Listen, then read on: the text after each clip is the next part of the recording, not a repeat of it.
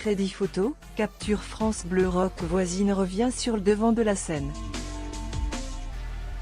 L'an prochain, le chanteur québécois célébrera les 35 ans de son tube Hélène et de son premier album culte, qui a lancé sa carrière en France, avec 2 concerts événements, le 4 avril 2024 au Forest National de Bruxelles et le 6 avril au Zénith de Paris. On va vous présenter un grand concert pour se rappeler. C'est un gros truc.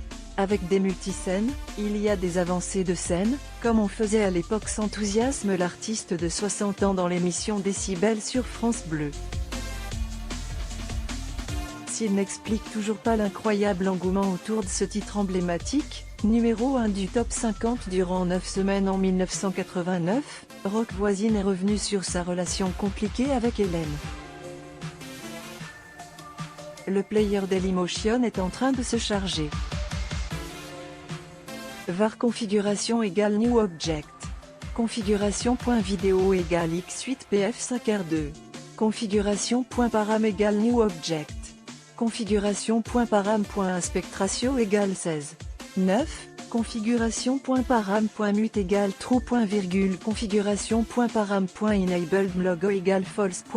Dailymotion.create player my player. Configuration. L'après Hélène a été assez difficile, elle a fait beaucoup d'ombre confie Rock Voisine, qui a moins bien vécu avec sa ballade emblématique après son énorme succès. Ce n'est pas parce que je n'aimais pas la chanson, que je n'aimais pas la chanter. Au contraire, révèle le chanteur au micro d'Émilie Mazoyer, assurant que l'après Hélène a été assez difficile, notamment dans les médias.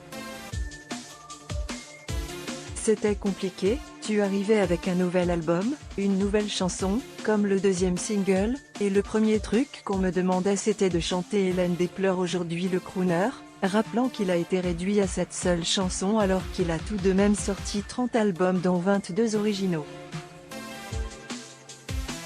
À chaque fois, Rock Voisine a eu l'impression que ce titre éclipsait son actualité, je parlais pour rien dire, j'essayais de vendre mon truc.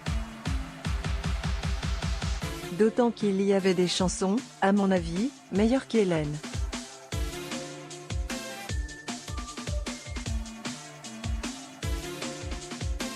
C'est une chanson toute simple, mais c'est ce qui fait les gros tubes aussi.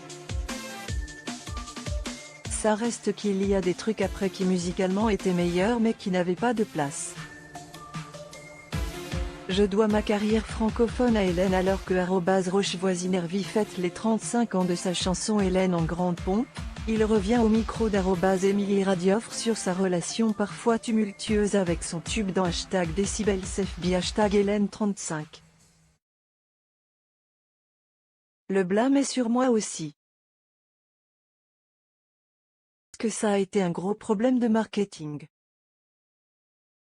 À l'époque, avec la compagnie de disques, on était dans la peur, il y a un truc qui marche, on va en faire 5-6, comme les films. À l'époque, avec la compagnie de disques, on était dans la peur, il y a un truc qui marche, on va en faire 5-6, comme les films. Au passage qu'il n'a jamais eu de problème personnel avec cette chanson, je dois ma carrière francophone à cette chanson-là.